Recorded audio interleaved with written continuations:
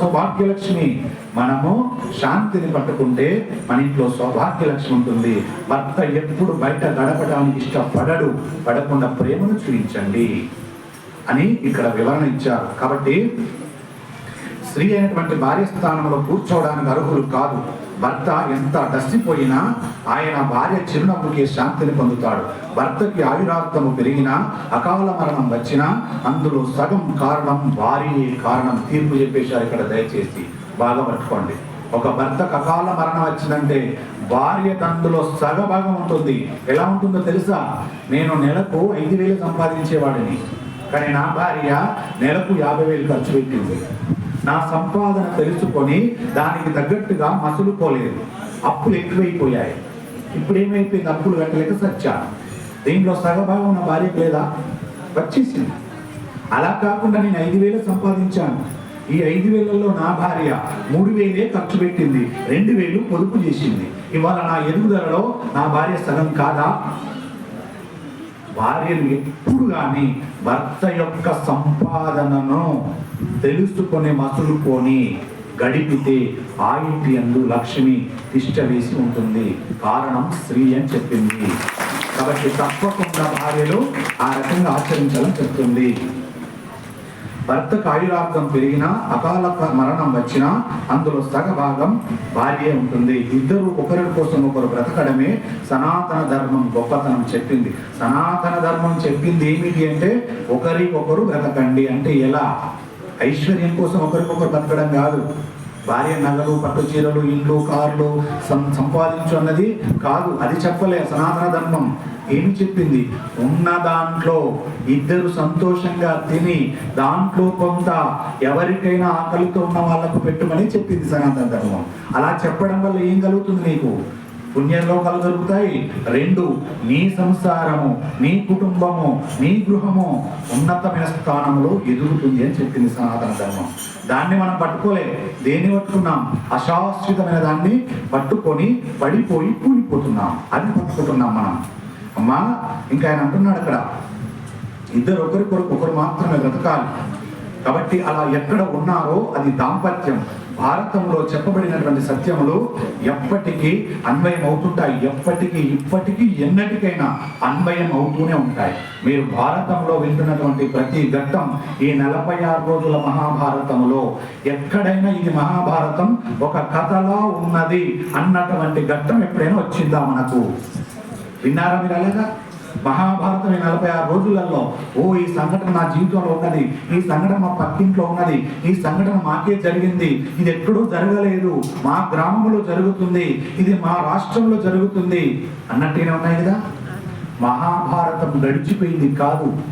మహాభారతం ఎప్పుడో రాబోయేదంతకన్నా కాదు.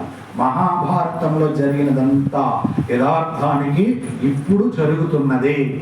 అంటే ఒక మాట అంటారు వెనకటి ఒక మంచి మాట అందరు, ఒక చెడును ఆహ్వానించాలంటే ఒక మాట అందరు. ఏమనంటే, ఒక చెడు మాత ఉంది, దరిద్ర దేవత ఉంది, నేను ఇవాళ మీ ఇంటికి వస్తా అన్నది. అప్పుడు మనం ఏమనాలి? రేపు రా అనాలి. అంటే ఏమైతాను? రేపు రావడానికి ప్రయత్నం చేస్తాం. మళ్ళీ రేపు వస్తుంది. రేపు ఏం చేయాలి? మళ్ళీ రేపు రా అనాలి. మళ్ళీ రేపు వస్తుంది. మళ్ళీ రేపు స్వామి ఎంత అనాలి? ఈ రకంగా ఊకెందుకంటావు? ఓ బోర్డు తీసి తలిగాడు, రేపు రా అని చెప్పాము. ఓ దరిద్ర దేవత రేపు రా అని పెట్టాడు బోర్డు. ఏమైతే రాస్తో చూసుకుంటావు రేపు రమ్మన్నది, ఆశకి వెళ్ళిపోతుంది. మళ్ళీ రేపు వస్తుంది, బోర్డు చూస్తే మళ్ళీ వెళ్ళిపోతుంది. అంటే మహాభారతం అనేటువంటిది ఇప్పుడు జరుగుతున్నటువంటి కథలో ఉంటుంది. ఎప్పుడు అన్వయించుకోవచ్చు మహాభారతాన్ని. మహాభారతం గడిచిపోయింది కాదు. కాబట్టి అమ్మా, నీవు మహాభారతంలో చెప్పబడినటువంటి సత్యములు ఎప్పటికీ అన్వయం అవుతూనే ఉంటాయి. వాటిని కారణం లేకుండా వ్యాస భగవానుడు ఇచ్చాడని మనం అనుకోవద్దు. కాబట్టి అమ్మా, నీవు అతిథి జనులను పూజించు, యాగముల యందు కూర్చొని చక్కగా అటువంటి అదృష్టం పొందు అని కుంతీదేవి ద్రౌపది దేవిని ఆశీర్వచనం చేస్తే ఆమె ఎంతో సంతోషించింది కోడలిగా. నల్ల కలువల వంటి కన్నుల గల ఓ ద్రౌపది, నేను నిన్ను పొంది సంతోషించినట్లే నీవు కూడా నీ కొడుకులను మనవలను పొంది సంతోషించు అని ద్రౌపది దేవిని దీవించింది ఆ కుంతీమాత. ఇప్పుడు పాండవులంతా చాలా చక్కగా ఉన్నారు, వాళ్ళు ఆనందంగా ఉన్నారని విన్నవాడు ఒకడు ఏడుస్తున్నాడు. వీళ్ళందరూ చాలా చక్కగా జీవితాన్ని అక్కడ గడుపుతున్నారు. ద్రుపద మహారాజు యొక్క పాంచాల దేశంలో చక్కగా ఉన్నారు. అత్తను సేవిస్తుంది, 5 భర్తలను సేవిస్తుంది ద్రౌపది దేవి. ఆనందంగా అత్తగారింట్లో చక్కగా ఉన్నారు పాండవులందరూ. ఈ వార్త తెలియకూడని వాడికి ఒకటి తెలిసింది. వాడే నీచ నికృష్ట దుర్బుద్ధి కలిగినటువంటి ఎవరు, నేను అనద్దు, నేను అంటాను, పుణ్యాత్ములు కదా మీరు, దుర్యోధను. పాపాత్ములు పేరుస్తారా మీరు? కాబట్టి అంటే మీరు బాగుండాలని నా కోరిక. పుణ్యాత్ముల పేరు వలకిస్తా, పాపాత్ముల పేరు వలకించ మీతో. ఒకడు ఏడుస్తున్నాడు, వాడే నీచ నికృష్ట దుర్మార్గమైనటువంటి ఆలోచన కలిగినటువంటి దుర్యోధనుడు. మనస్సు సుసంపన్నం కానప్పుడు ఏడుపు మిగులుతుంది. అంటే మనస్సు తన ఆధీనం లేనప్పుడు ఎప్పుడు ఏడుస్తూనే ఉంటాడు. ఎందుకు? ఇవాళ 100 దొరికింది, 100తో తృప్తి పడ్డావా, సంతోషం ఉంటావు. అయ్యో 1000 దొరకలే అన్నవాడు ఏడుస్తూనే ఉంటాడు. ఈ 1000 దొరకలే అన్నవాడే దుర్యోధనుడు. ఇక్కడ పాండవులు సంతోషంగా ఉన్నారు అన్నటువంటి విషయాన్ని ఆ రకంగా విన్నటువంటి దుర్యోధనుడు ఏడుపుతో అసూయతో వాడు ఏడుస్తున్నాడు. అక్కడ బ్రతికి ఉండడమే కాదు, వాళ్ళు చచ్చిపోయారు అనుకున్నానే నేను, చచ్చిపోలేదా, బ్రతికే ఉన్నారా, అందులో బ్రతికి ద్రౌపది దేవిని వివాహం చేసుకున్నారా. అబ్బో, అది వాడి ఏడుపు. ఎంత గొప్ప అదృష్టం వచ్చింది వీరికి, ఎలా ఇలా ఇలా అయింది, అంత చంపాలనుకున్నాను, ఎందుకు చావలేకపోయారు, ఎలా జరిగింది ఇది అని వాడి ఏడుపు దుర్యోధనుడిది. నేను ఏ ధనస్సు ఎక్కువ పెట్టలేకపోయానో ఆ ధనస్సును ఎక్కువ పెట్టినవాడు, మమ్మల్ని చావగొట్టినవాడు, కర్ణుడిని ఓడించినవాడు, శల్యుడిని ఓడించినవాడు అక్కడ ఉంటే వారిని మేము గుర్తుపట్టలేకపోయాం. అయ్యయ్యో, ఎంత పని అయిపోయింది, ఇలా జరిగిపోయిందా, అలా జరిగిందా అని దుర్యోధనుడు పాండవుల ఆనందకరమైనటువంటి స్థితిని చూసి బలబలా ఏడ్చాడు. ఏడ్చేవాడికి ఎప్పుడు ఏడిపే ఉంటుంది, వాడు ఎప్పుడు ఏడుస్తూనే ఉంటాడు. ఏడ్చుకుని అందుకే ఎప్పుడైనా గుర్తుపెట్టుకోండి, ఏడుస్తున్నారు నా కుటుంబాన్ని చూసి, నన్ను చూసి, నా పిల్లలను చూసి, నా ఎదుగుదలను చూసి అన్నవాడిని ఎప్పుడు ఏడుస్తూనే ఉండనివ్వండి దయచేసి. మీరెందుకు ఏడుస్తారు వాడు ఏడుస్తుందని? చాలా మంది మాట్లాడుతుంటారు, అయ్యా మా కుటుంబాలను చూసి, మా ఎదుగుదలను చూసి ఏడుస్తున్నారయ్యా. ఆ ఏడుపంట మాకు మీకేం కలుగుతుంది? వాడేడుపు వాడే ఏడిచి మీకెందుకు బాధ? మీరు సంతోషంగా ఉండండి. కానీ దరిద్రానికి ఏమవుతుందంటే, ఏడ్చేవాడు ఏడుస్తున్నాడు, ఎదిగినవాడు ఏడుస్తున్నాడు. దేని కొరకు ఎదిగినవాడు ఏడుస్తున్నాడు? నా మీద ఏడుస్తున్నాడు వీడేడు దిక్కుమాలింది. ఎందుకని? నీ మీద ఏడుస్తున్నాడు, నువ్వెందుకు ఏడుస్తావు? ఏడవకు. ఏడ్చేవాడి కన్నీరే పోతుంది, నువ్వెందుకు ఏడుస్తావు? 2. ఇంకో మాట అంటారు, అయ్యా నా వెనకాల చాలా మంది అనకూడని మాటలు మాట్లాడుతున్నారు, ఆ మాటలు వినలేకపోతున్నాను నేను. నీ వెనకాల అనుకుంటున్నాడు కదా, అనుకోని వాడు వెనకనే ఉండే, నీకేమవుతుంది? నువ్వు ముందే నడుస్తున్నావు కదా, వెళ్ళిపో. ఈ మాట నీకు ఎందుకు రాదు, అనుభవించుకో. వెనకాలన్నవాడు వాడి జీవితం మొత్తం ఎప్పుడు వెనకనే ఉండిపోతాడు. నువ్వైతే ముందే ఉన్నావు కదా, పోనీ నీ ముందు వచ్చి నిన్ను హేళన చేస్తే అప్పుడు మాట్లాడు. నువ్వే అంటున్నావు కదా, నా వెనకాల మాటలు మాట్లాడుకుంటున్నారని, వెనకనే మాట్లాడుతున్నారు కదా, వదిలేయి. ఇది పట్టుకో అంటుంది మహాభారతం.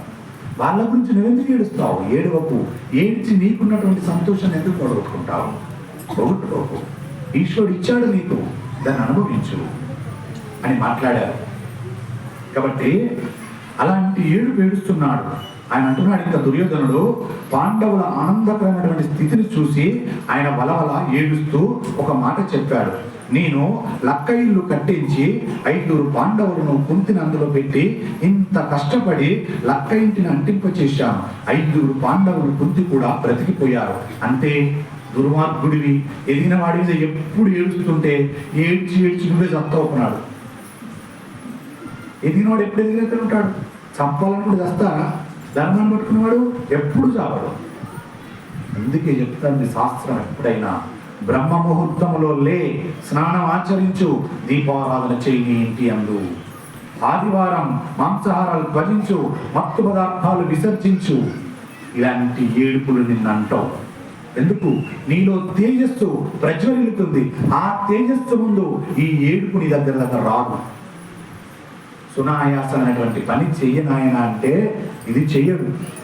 అది పోను తెల్లవారదాకా పడుకొని వచ్చిన లక్ష్మి బరకత లేదని, ఇంట్లో డబ్బు నిలవట్లేదని, భార్యాభర్తల ఉంటున్న గొడవలని, పిల్లలు ఎదగట్లేదని, పిల్లలకు సరస్వతి కటాక్షం లేదని, ఎవరు సగం తెలిసిన అలాంటి మూర్ఖుల దగ్గరికి వస్తే నేనేం చేస్తాను? ఆ పూజ ఈ పూజ నేను చేస్తా, అక్కడ డబ్బులు ఖర్చు పెడతా. ఏ ఖర్చు లేదురా నాయన, ఉదయం బ్రహ్మముహూర్తంలో లేచి తేజస్సు తెచ్చుకోరా నాయన చదవద్దు. ఇలా ఏడుస్తుంది మన జీవితాలు. దీనికి స్వస్తి పలకాలి. పలుకుదామా? ఆచరిద్దామా? బ్రహ్మముహూర్తంలో లేద్దామా? స్నానం చేద్దామా? దీపారాధన చేద్దామా? ఆదివారం మాంసాహారాలు త్వజిద్దామా? మత్తు పదార్థాలు తొలగించుదామా? ఆదివారం మన దర్శకుర్తి గ్రామంలో మత్తు పదార్థాలు స్వీకరించకుండా మాంసాహారాలు బంద్ చేసిద్దాము అని తీర్మానం చేసుకుందామా?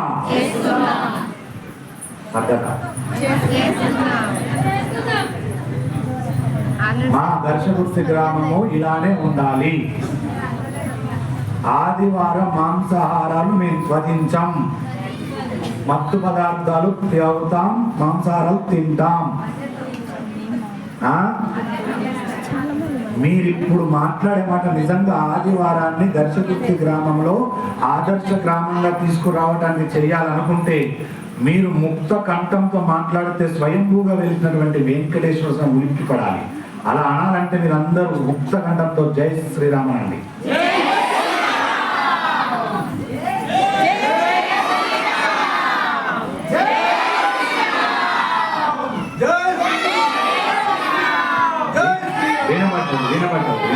స్వామిని ఇంకెక్కువ భయపెట్టండి.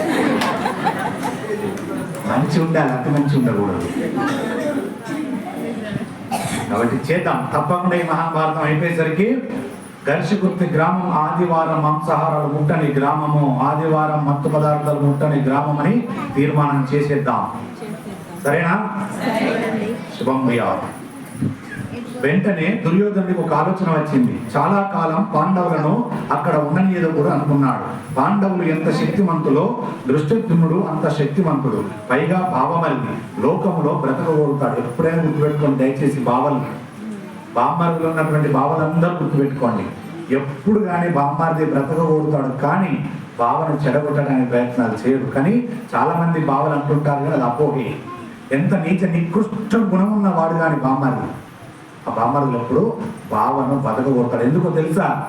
తన అక్క యొక్క పసుపు కుంకుమలు నీ అందే ఆధారపడి ఉన్నాయి, అందుకైనా నేను బాగుండాలనుకుంటాడు. ఇలాంటి స్థితిని పట్టుకొని బామ్మరిని అలా అపార్థం చేసుకోవచ్చునా? ఎవడో చెప్పిన మాట విని బామ్మరిని అపార్థం చేసుకొని దూరం పెట్టవచ్చునా?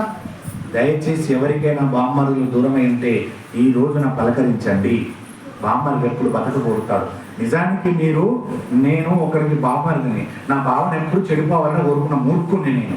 కానీ వాళ్ళు ఈ విషయం విన్న తర్వాత నేను ఒక బావగా నా బామ్మరిని ఫోన్ చేసినవారు. కానీ నా బామ్మరిది ఎప్పుడు నీచ నికృష్ట గుణాలు ఉన్నవాడే అనుకుందా. నేను రోజు ఫోన్ చేస్తున్నా. ఈ రోజు నుండి 5వ రోజున నా బామ్మరిది మారిపోతాడు. ఇక మారతాడా? మారడా? సాధన, చెడు మీద మంచి అనే సాధన చెయ్యాలి. అంతే. చెడ్డవాడికి చెడ్డదారిలో పోతే దూరం అవుతావు. వాడిని మార్చంటే వాడిని పక్క నుండు మారుతాడు. వాడికి దూరం ఉంటే ఎలా మారుతాడు? మారడు. కాబట్టి బావమరిది భావన ఎప్పుడు బతక కోరుతాడు. కాబట్టి పాండవులు 5 మీద ఈగ వాళ్ళనివ్వని వారు ఒకరున్నారు. ఎవరు?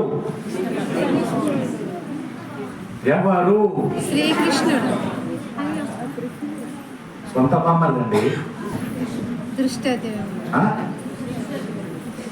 దుష్టద్యుమ్నుడు. ఎవరు?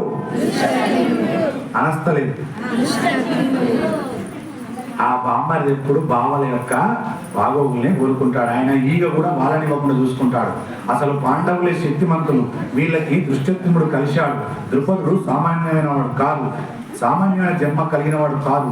కారణ జన్మడైనటువంటి ద్రుపదుడు మామగారయ్యాడు. అతిలోక సౌందర్యమైనటువంటి ద్రౌపది 5 కిల్లాలయ్యింది. ఇప్పుడు వాళ్ళు చాలా కాలము అక్కడే ఉంటే కృష్ణుడు రాకపోకలు సాగిస్తాడు. రాకపోకలు సాగిస్తే ఏమవుతుంది అంటే పాపం వీళ్ళు నిజంగా ఎంత రాజ్య వైభవంతో ఉండాలి. ధర్మరాజు గారికి యువరాజ్య పట్టాభిషేకం చేశారు కదా, హాయిగా రాజ్యమేలుతూ భార్యతో సంతోషంగా ఉండవలసినటువంటి వాళ్ళు ఇంత బలము ఉండిన వీళ్ళు కర్మ బామగారింట్లో ఉండిపోవాల్సి వస్తుంది. అక్కడనేమో దుర్యోధనుడు అలా ఆలోచిస్తున్నాడు, ఏమని, వీళ్ళే మహాశక్తివంతులు పంచపాండవులైదు, దానికి తోడు అందమైన సౌందర్యవంతమైనటువంటి ద్రౌపదీదేవి అయోనిజగా వచ్చింది, అదో గొప్ప శక్తి. దానికి తోడు బామ్మర్ది దొరికాడు దుష్టర్జునుడు, దానికి తోడు పంచాల రాజ్యానికి ద్రుపదుడు అధిపతి మహా తేజవంతుడు. ఇన్ని తేజవంతులు ఒక పక్క అయితే వీటన్నింటినీ మించినటువంటి ఇంకొకరున్నారు, అతడే శ్రీకృష్ణ పరమాత్మ. ఆ శ్రీకృష్ణ పరమాత్మ వీరితోటి రాకపోకలు సాగిస్తే, వీరికి అనుబంధం పెరిగితే ఇక మా యొక్క దుష్ట శక్తులు ఎక్కడ పారుతాయి, మా యొక్క ఆలోచనలు ఎక్కడ నెరవేరుతాయి అంటే ఏమి చేయాలని ఆలోచన చేస్తున్నాడు నీచ నికృష్ట బుద్ధి కలిగినటువంటి దుర్యోధనుడు.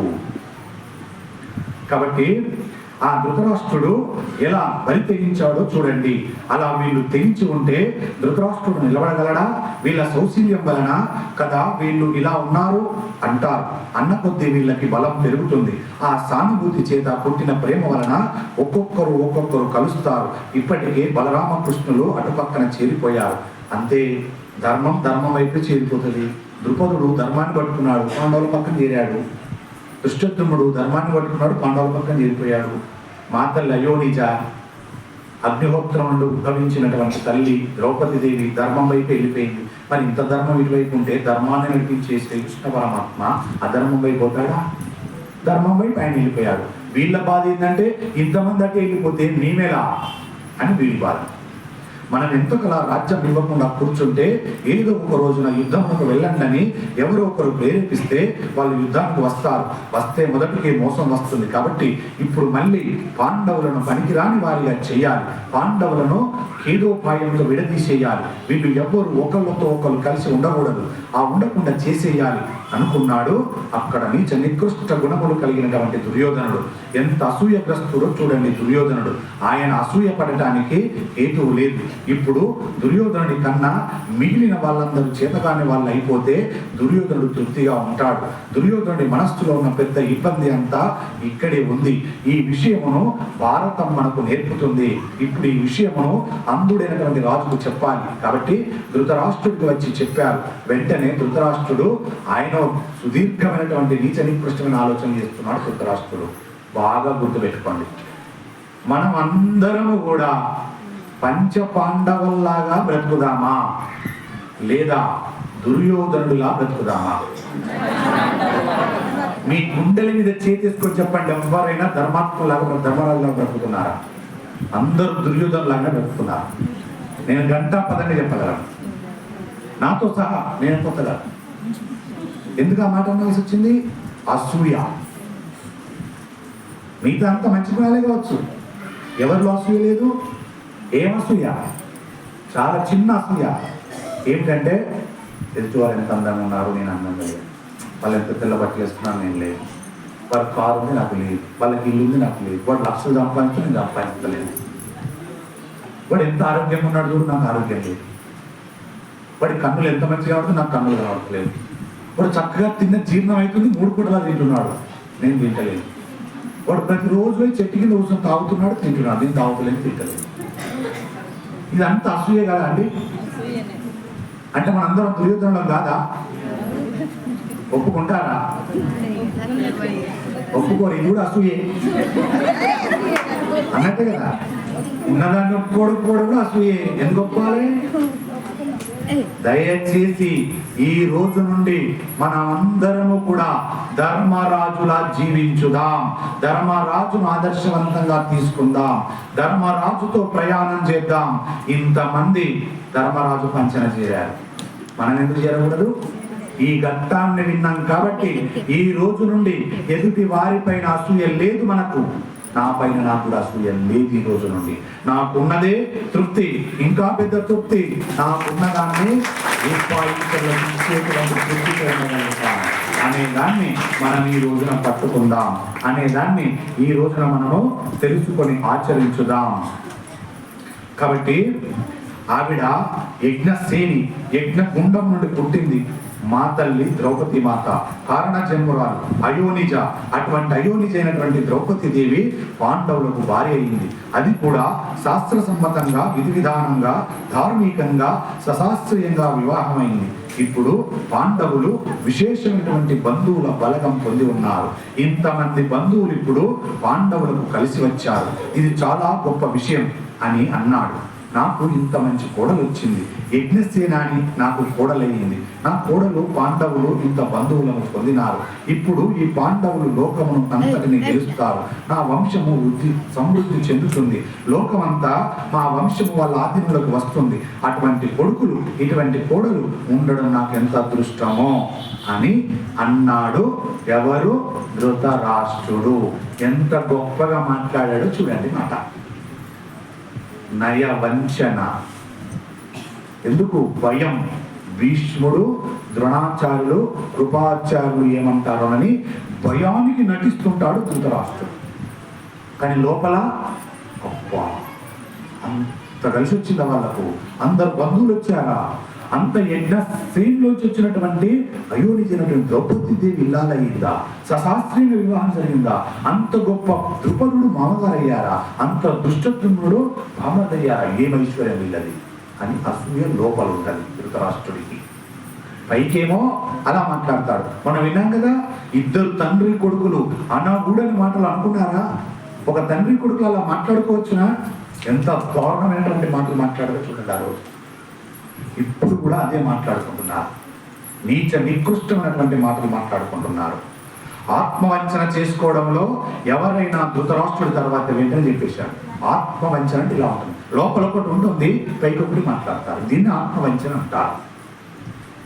పైకేమో ఓ వీళ్ళందరూ ఎదగాలి, బాగుండాలని పైకి అన్నారు. లోపలేమో వీళ్ళు ఎదగద్దు, నాశనం అయిపోవాలి. దీన్ని ఆత్మవంచన అంటారు. ఇది ఉన్నవాడు ఎప్పుడు పైకి రాడు, స్త్రీ అయినా పురుషుడైనా. ఇది ఉండకూడదు. ఆత్మ వంచన ఉండాలి. ఎలా ఉండాలో తెలుసా? లోపలనేమో వీళ్ళందరూ పాడైపోతే బాగుండు అనేది ఉండకూడదు. వీళ్ళందరూ గొప్పవాళ్ళు కావాలి, మంచి జ్ఞానవంతులై ఉండాలి. లోపల ఉన్నది పైకి మీరు ఎందుకు పనికిరారు అన్నాం అనుకోండి. ఈ వంచన ఒకందుకు మంచిదే. ఎందుకు? ఆత్మ కోరుకుంటుంది మీరందరూ గొప్పవాళ్ళు కావాలని, గొప్ప జ్ఞానవంతులు కావాలని. పైకి మట్టుకు ఈ రకంగా మాట్లాడుతున్నాడు. ఇలాంటి గుణం కూడా లేదు ధృతరాష్ట్రుడి దగ్గర. ఎంత దారుణమైనటువంటి గుణం ఉందో చూడండి. కాబట్టి నేనేమి తప్పు చేయడం లేదు అన్న ధైర్యం తనకు లేదు. అందుకని ధృతరాష్ట్రుని జీవితంలో ఎప్పుడు ఎవరి దగ్గర మాట్లాడినా, చివరకు కొడుకుతో మాట్లాడినా తన మనస్సు విప్పి మాట్లాడు. ఇలాంటి వారితో పరమ దరిద్రం ఉంటుందండి. ఇలాంటి వారితో స్నేహాలు చేయొద్దు. మనస్సు విప్పి మాట్లాడని వారితో స్నేహం చేయకూడదు దయచేసి. మంచో చెడు మనసు విప్పి మాట్లాడు. చెడు ఉందనుకో వెళ్ళిపోతుంది బయటకు, మంచి ఉందనుకో ఇంకొకరికి ఉపయోగపడుతుంది. అలా రకంగా మాట్లాడిన వాటితో స్నేహాలు చేస్తే నువ్వు కష్టపడిపోతావు. దయచేసి మనసులో ఒకటి, మీదొకటి పెట్టుకున్న వాడితో ఒకటి, రెండు ఏమీ మాట్లాడకుండా ఉన్నవాడితో ఒకటి. ఈ ఇద్దరితో స్నేహాలు చేయకండి దయచేసి. అవసరం అనుకుంటే ఉన్నది ఉన్నట్టుగా మాట్లాడేవాడు ఉంటాడుగా, అతనితో స్నేహం చేయండి. వాడిలో ఏముండదు, ఉన్నట్టు మాట్లాడతాడు. అలాంటి వాళ్ళు మేలు. కొడుకులందరూ కూడా చివరికి వస్తే ఏమైందంటే ఇక్కడిది కళ్ళు ఎలా పైన లేవో అతని మనస్సు కూడా అంత చీకట్లోనే ఉంది. కళ్ళతో ఎలా చూస్తున్నాడో మనస్సు కూడా చీకట్లోనే ఉండిపోయింది. కొడుకులందరూ ఆయన గురించి చెప్తున్నాడు, ధృతరాష్ట్రుని గురించి ముందు జరగబోయే చెప్తున్నాడు. కొడుకులందరూ చచ్చిపోయారు. దుర్యోధను తొడలు విరగొట్టి చంపినవాడు భీమసేనుడు అని తెలుసుకున్నాడు. భీముడు చంపేయాలని అతని కోరిక. దీనిని మనసులో దాచుకున్నాడు. నా కొడుకులు దుర్మార్గులు, అధర్మం పట్టుకున్నారు, వాళ్ళు పోతే పోయారు. మీరు నా కొడుకులు కారా? నా తమ్ముని బిడ్డలు నా బిడ్డలే. నాయనలారా, నా బిడ్డల వలన మీరు ఎన్నో కష్టాలు పొందారు, ఎన్నో బాధలు పొందారు. పోనీలేండి, ఇప్పటికైనా సంతోషం ఉన్నారు. నేను వృద్ధివాడిని, మీ దగ్గరకు రాలేను, ఒక్కసారి దగ్గరకు రండి అన్నాడు. అంత అయిపోయిన తర్వాత కురుక్షేత్రం అయిపోయిన తర్వాత చెప్తున్నాడు ఇక్కడ. అంటే ధృతరాష్ట్రుడి యొక్క మనసులో ఎంత దారుణమైన విషయాలు ఉంటాయో చెప్తున్నాడు. అంటే అప్పుడు ధర్మరాజు గారు వెళ్ళారు, కౌగిలించుకున్నాడు, ఆయనను విడిచిపెట్టాడు. తర్వాత నాయన భీమసేన రా అన్నాడు. భీముడు వెడుతున్నాడు. అప్పుడు కృష్ణ పరమాత్మ పక్కనే ఉండి గమనించి భీముడిని జబ్బ పట్టుకొని వెనక్కు లాగి, అంతకు ముందే కృష్ణుడు ఒక ఉక్కు భీముడి విగ్రహం ఒకదాన్ని తయారు చేయించి తయారుగా ఉంచాడు. ఆ ఉక్కు భీముడిని విగ్రహాన్ని ముందుకు తోశాడు. ఆ ధృతరాష్ట్రుడు ఆ విగ్రహాన్ని గట్టిగా కౌగిలించుకొని వికటాట్టహాసం చేస్తూ ఆ విగ్రహమును నలిపేశాడు. ఆయనది అన్ని ఏనుగుల బలం. నలిపేస్తే ఉక్కు విగ్రహం గుండా ఆగిపోయి అది పొడి పొడి అయిపోయింది, ఉక్కు అయిపోయింది. అంటే ఆయన ఆక్రోషం ఎంత ఉందో చూడండి. పైకేమో ఎంత గొప్పగా మాట్లాడారు, లోపలనేమో రానాయన నా తమ్ముని పిల్లలు మీరు వేరా, నా పిల్లలే, మీరు గెలిచారంటే నేను గెలిచినట్టే, కురుక్షేత్ర యుద్ధం అయిపోయిందో చెప్తున్నారు ఈ సంఘటన. ఆయన ఎంత దారుణమైన మనస్తత్వం ఇస్తున్నారు ధృతరాష్ట్రం. ఒక్కొక్కరు అలా ఉంటారు, నయవంచకులు ఉంటారు. తగు జాగ్రత్త, ఈ నయవంచకులు ఎక్కడో ఉండరు, మన పక్కనే ఉంటారు. తగు జాగ్రత్త అని చెబుతుంది. నమ్మకమైన రూపంలో ఉంటారు, ఎప్పుడోసారి గొంతుకొస్తారు. తగు జాగ్రత్త. పైన ప్రేమ నటిస్తున్నారా? తగు జాగ్రత్త. నిన్ను పొగుడుతున్నారా? తగు జాగ్రత్త. పొగిడే వాడితో చాలా జాగ్రత్త. వాడన్ని కాలి చెంచాతో తినబెడుతుంటాడు. పట్టుకో, మోహానికి వెళ్ళకు, లేకపోతే పడిపోతావు. ఇలాంటి నయవంచనలకు దూరంగా ఉండమని చెబుతుంది. ధృతరాష్ట్రుడు, దుర్యోధనుడు నయవంచకులు. వీళ్ళ పేర్లను విన్నంత మాత్రాన మనం మారాలి. కాబట్టి ఒక్కొక్కడు అలా ఉంటారు, ఒక్కొక్కడి లక్షణం ఒక్కొక్క రకంగా ఉంటుంది. ఏమైనా తాను మాత్రం తన మనసులోని మాట పైకి చెప్పడు, లోపల ఒకటి ఉంటుంది. పైకి మాట్లాడేటప్పుడు ఎవరు వచ్చి తనతో మాట్లాడుతున్నారో వారికి అనుకూలంగా మాట్లాడేటట్టుగా మాట్లాడుతుంటాడు. నీచ నికృష్టమైనటువంటి ధృతరాష్ట్రుడు. తనకి కళ్ళు లేవు కానీ అక్కడ భీష్ముడు ఉంటాడు, ద్రోణుడు ఉంటాడు, విదుడు ఉంటారు. దుర్యోధనుడిలా బయటపడిపోడు. ఆహా ఏం అదృష్టం, ఎంత మంచి కూడలు వచ్చింది అన్నాడు. కానీ కడుపులో ఎంత ఏడుపు. దుర్యోధనుడు పైకి ఏడుస్తాడు, ధృతరాష్ట్రుడు లోపల ఏడుస్తాడు. సంతోషించినట్టుగా ఉంటాడు, కానీ ధృతరాష్ట్రుడు ఎప్పుడు ఏడిపే ఉంటుంది. వీరు చాలా గొప్ప తండ్రి కొడుకులు. వెంట ఇలాంటి తండ్రి కొడుకులు ఆదర్శవంతంగా తీసుకోవద్దని చెప్తున్నారు. ఇలాంటి తండ్రి కొడుకులు మన కాలంలో, మన గ్రామంలో, మన ఊరిలోనే, మన వాడలోనే మనకు ఎప్పుడు కనబడుతూనే ఉంటారు. లేరా? ఉన్నారు. ఇలా దుర్యోధనుడు, ధృతరాష్ట్రుడు ఎలా మాట్లాడుకుంటారో, అధర్మం గురించి అలా మాట్లాడుకునేటువంటి వాళ్ళు ఉన్నారు. దయచేసి ఈ గుణాన్ని మార్చుకోకపోతే దుర్యోధనుడికి పట్టిన గతే పడుతుంది, ధృతరాష్ట్రుడికి పట్టిన గతే పడుతుంది. ఈ మహాభారతం విన్న తర్వాతనైనా మారకపోతే జనమలింతే, ఎక్కువ కాలమే బ్రతకవు. అంత గొప్ప ధృతరాష్ట్రుడైనా పడిపోయాడు భూమి మీద. అంత నీచ నికృష్టమైనటువంటి ఆలోచనలు చేసి సుఖపడ్డా చివరికి పోయాడు, భూమిలో కలిసిపోయాడు. రేపు మనము పోతాం, ఎప్పుడు పోతామో ఎప్పుడు వెళ్తామో తెలియదు. అలాంటి దాని గురించి ఇన్ని ఆవేశాలు ఎందుకు, ఇన్ని అకృత్యాలు ఎందుకు, ఇన్ని నయవంచనలు ఎందుకు, ఇంత ఈర్ష్య ద్వేషాలు ఎందుకు? ఒక మనిషి పైన ఇంకొక మనిషికి వదిలేద్దాం, వదిలేద్దాం, వదిలేద్దాం. వదిలేద్దామా? కాబట్టి ఇప్పుడు వెంటనే దుర్యోధనుడు ధృతరాష్ట్రుని యొక్క దగ్గరికి వెళ్ళకుండా ఆయన అన్నాడు, జీవితంలో ధృతరాష్ట్రుని జీవితంలో మెలిగిన ఒకే ఒక మంచి లక్షణం ఏమిటంటే ఎప్పుడు విదురుడిని పక్కన కూర్చోబెట్టుకుంటూ ఉంటాడు. కూర్చోబెట్టుకొని, విదురా 4 మంచి మాటలు చెప్పు అంటాడు. విదురుడు మంచి మాటలు చెబుతూ ఉంటాడు. ధృతరాష్ట్రుడు విదురుడు చెప్పే మాటలన్నీ వింటాడు, కానీ అతడు చెప్పేది ఏది పాటించాడు. మరి మనం అందరం ధృతరాష్ట్రులమేనా? ధృతరాష్ట్రుని దగ్గర గుణం ఉంది, ఎప్పుడు మంచి విషయాలు వినాలంటాడు, చెప్పించుకుంటాడు విదురుడితోటి, కానీ ఆచరించాడు. మనం అంతే. మన మహాభారతం దర్శకుర్తి గ్రామంలో జరుగుతుంది. పోవాలని ఆతృత ఉంది, అవి ఎప్పుడైతుందా అని చూస్తాం, సిద్ధపడతాం, మంచిగా రెడీ అవుతాం, అలంకరించుకుంటాం. ఏది మానసికంగా భక్తిగా అలంకరించుకొని 6 వెళ్ళాలి, కూర్చోాలి. కాదు ఇంకో గంట టైం ఉంది, 7 గంటలకు పోదాం. ఆయన ముందే వస్తాడు, 6:30కి వస్తా, ఆయన ఏదో ఆయన చెప్పుకుంటాడు, మనమైతే 7 గంటలకు పోదాం అని మెల్లగా వస్తారు, కూర్చుంటారు, వింటారు. ఏం చేస్తారు? మళ్ళీ ధృతరాష్ట్రం లెక్క వదిలేసిపోతారు. రోజు మహాభారతం వినడమే, కానీ ఆచరించింది అక్కడ. ఇప్పుడు వచ్చింది మనకు పరీక్ష. నిజంగా 46 రోజుల మహాభారతం విన్న దాంట్లో ప్రతిరోజు చెప్పాడు, ధర్మాన్ని పట్టుకో, ధర్మాన్ని ఆచరించు. ఆ ధర్మం ఏమిటి? పరోపక ధర్మారం చెయ్యి, పరోపకారము చెయ్యి చెయ్యి చెయ్యి అని ప్రతిరోజు ఎన్నిసార్లు మొత్తుకుంటుందో మహాభారతం. ఇప్పుడు మనకిచ్చాడు ఈశ్వరుడు అవకాశం, పరోపకార ధర్మాన్ని నిర్వహించు అన్నారు. మన దర్శకుర్తి గ్రామంలో కోటీశ్వరులు ఉన్నారు, కానీ ధర్మానికి కోటీశ్వరులు లేరా ఉన్నారా అనేది నిరూపించడానికి ఒక సంఘటన జరిగింది. దాన్ని అడ్డు పెట్టి చూపిస్తున్నారు. ధర్మానికి మేము కోటీశ్వరులమయ్యా, కోట్లకు కోటీశ్వరులం కాదయ్యా, అశాశ్వతమైనటువంటి కోట్లకు మేము కోటీశ్వరులం కాదు, శాశ్వతమైన ధర్మానికి మేము కోటీశ్వరులము అని నిరూపించుకునే సమయం మనకు ఆసన్నమైంది. అలాంటి సమయంలో ఆ యొక్క విదురుడిని పిలిపించుకొని మంచి మాటలు వింటున్నాడు. విదురుడు మంచి మాటలు చెప్తున్నాడు. ధృతరాష్ట్రుడు విదురుడు చెప్పే మాటలను వింటాడు, కానీ అతడు ఏది వినడు, ఆచరించాడు. ధృతరాష్ట్రుడి జీవితం అంతా ఇద్దరు మంచి వాళ్ళతో ముడిపడింది.